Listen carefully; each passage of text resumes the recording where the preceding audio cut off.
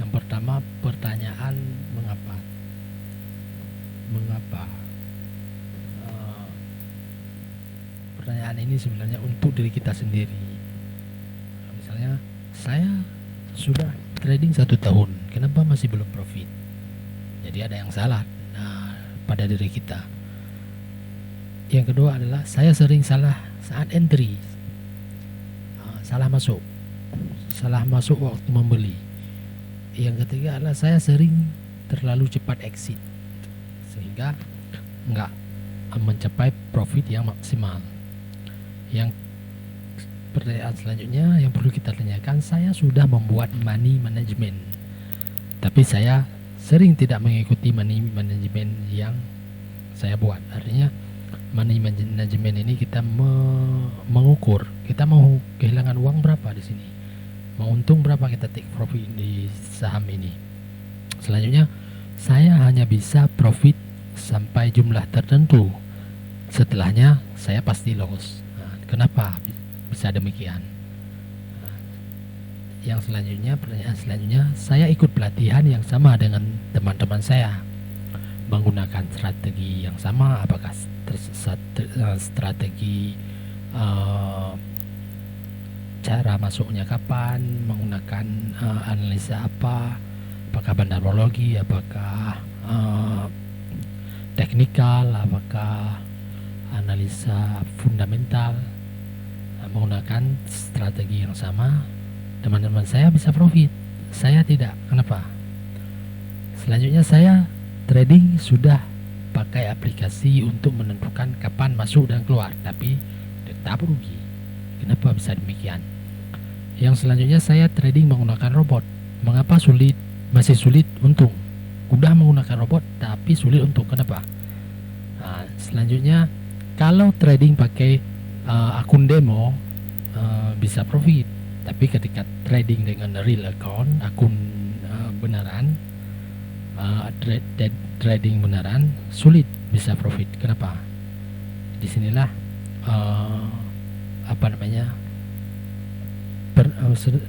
psikologi kita diuji. Kalau pakai akun demo kita nggak ada beban karena memang bukan uang pura-pura. Tapi kalau trading pakai real account itu menggunakan uang asli, cash money. Selanjutnya, saya beri sinyal ke teman, dia masuk dan profit, tapi saya sendiri tidak masuk. Saat saya masuk justru rugi. Kenapa demikian? Saya kalau trading dana kecil tenang, saat dana besar saya sering merasa takut dan gelisah. Kenapa bisa demikian? Selanjutnya, saya beberapa kali salah klik saat trading sehingga saya rugi besar. Salah klik juga pernah dialami. Kita ambil dari sumber statistik, hanya 1% yang benar-benar sukses dalam trading. Kalau kita lihat dari piramida ini, semua trader mulai trading dengan ingin cepat kaya. Itu motivasi pertama.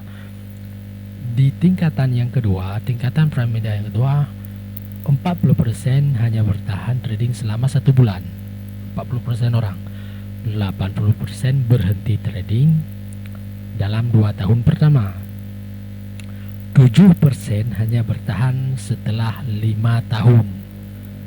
Jadi yang benar-benar sukses hanya 1%. Dari 100 orang hanya 1 orang yang berhasil. Hal yang perlu diperhatikan sebelum trading atau melakukan investasi adalah alasannya kenapa. Alasannya mengapa memutuskan untuk menjadi trader atau untuk berinvestasi, kenapa. Anda memutuskan ini secara sadar atau ikut-ikutan teman atau ingin cepat kaya atau apa? Berikan alasan yang jelas dan tegas untuk diri kita sendiri. Semua pertanyaan-pertanyaan ini kita tanyakan untuk diri kita sendiri, bukan untuk orang lain. Yang kedua, kenali diri Anda.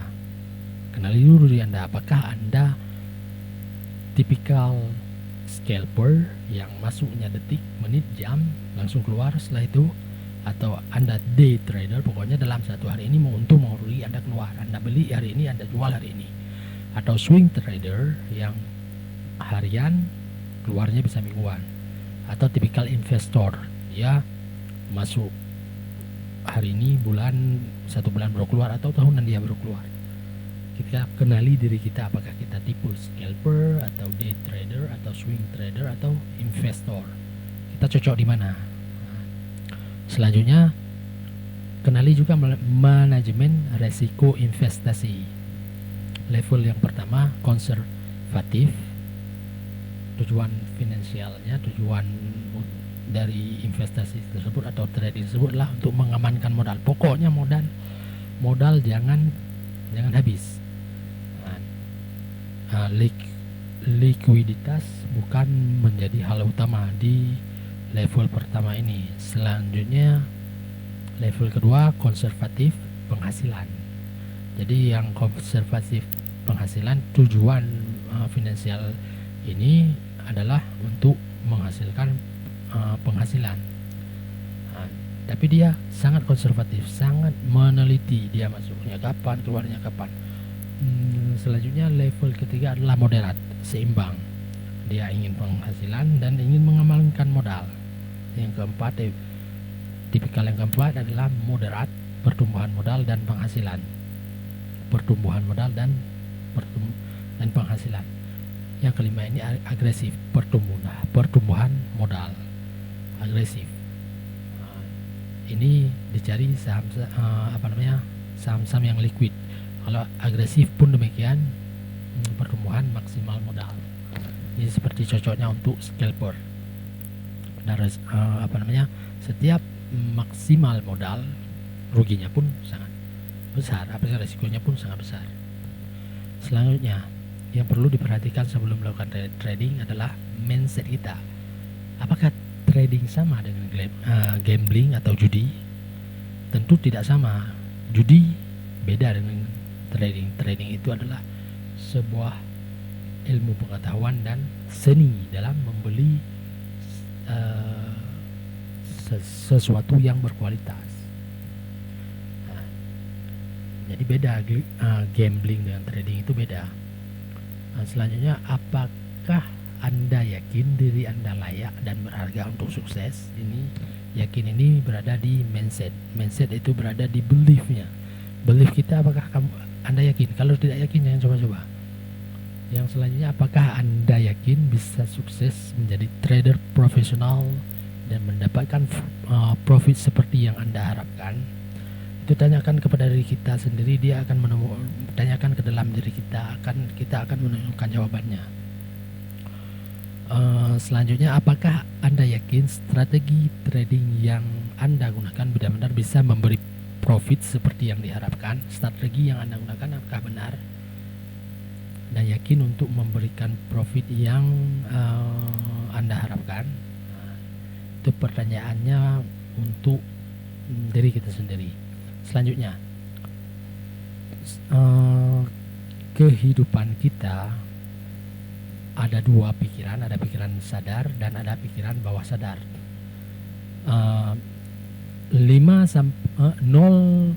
sampai 5% kehidupan kita ditentukan oleh pikiran bawah sadar.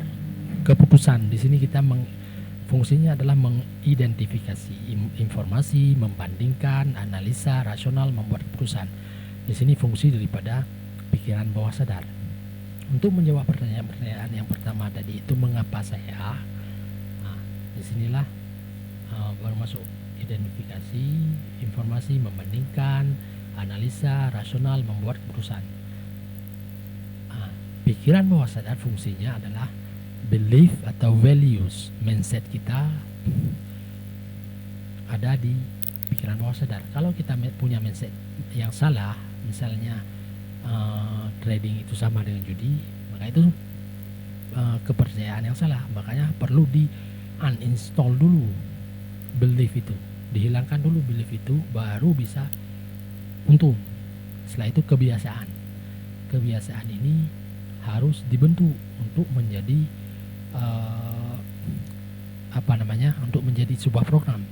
Setelah itu emosi kita, kenali emosi kita dulu. Waktu trading apakah kita khawatir atau takut? Kalau kita takut berarti yang kita harapkan adalah di disinilah kalau perasaan kita menentukan apa yang hasilnya. Kalau perasaan kita takut dan khawatir, yang kita cari ada hal-hal yang kita takut dan khawatir. Artinya di situ kita terjadi hukum loa atau hukum tarik menarik. Takut menarik, ketika perasaan kita takut, kita khawatir, pikiran kita menggambarkan sesuatu yang kita khawatirkan, maka kita menarik hal tersebut. Di situ berlaku hukum tarik menarik atau loa. Selanjutnya kepribadian, bagaimana kepribadian kita, di situ juga ada di pikiran bawah sadar. Yang selanjutnya adalah intuisi. Bagi scalper, intuisi itu sangat penting. Kita tanya ini masuk apa enggak, kita lihat bid offernya masuk apa enggak ini. Nah, kalau intuisi ini mengatakan masuk, kita pasti untung. Tapi kalau intuisi itu mengatakan tidak tapi kita masuk, berarti ada yang salah di pikiran bawah sadar kita. Selanjutnya memori jangka panjang. Memori jangka panjang kita bagaimana? Nah, di dalam pikiran bawah sadar juga terdapat kreativitas. Jadi pikiran bawah sadar ini menentukan 90% sampai 90% sampai 95% kehidupan kita. Dia hanya bisa menerima dan menjalankan program yang ada di pikiran bawah sadar kita, atau menjalankan mindset yang ada di bawah kita, menjalankan emosi yang ada di pikiran bawah sadar kita, menjalankan program. Berarti program apa yang kita install? Kalau program kita rugi di trading, maka itu yang diinstal, maka itu yang berjalan, karena dia tidak bisa memutuskan, tidak bisa menolak, dia hanya menjalankan program yang ada. Yang terjadi apa? Yang terjadi adalah menjadi mental block atau penjara mental.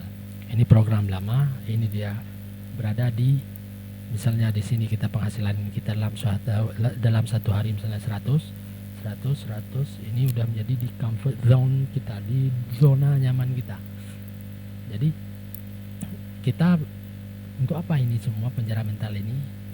Itulah program yang berjalan. Nggak boleh kita lewat di sini. Nah, kalau lewat di sini berarti ini program baru. Misalnya kita mendapatkan 1 juta dalam satu hari, tapi lama kelamaan entah bagaimana kejadiannya, uang itu akan habis dan kita kembali ke program lama kita. Nah, karena pikiran bawah sadar akan mensabotase, akan membuatnya kembali ke zona nyaman kita. Jadi itu saja yang untuk hari ini, itu saja yang bisa saya sampaikan, semoga bermanfaat. Jadi kenali dulu diri kita sendiri, apakah kita cocok di mana, dan kenali perasaan Anda, kenali pikiran Anda untuk bisa profit maksimal di bursa saham atau di trading platform tertentu. Terima kasih. Assalamualaikum warahmatullahi wabarakatuh.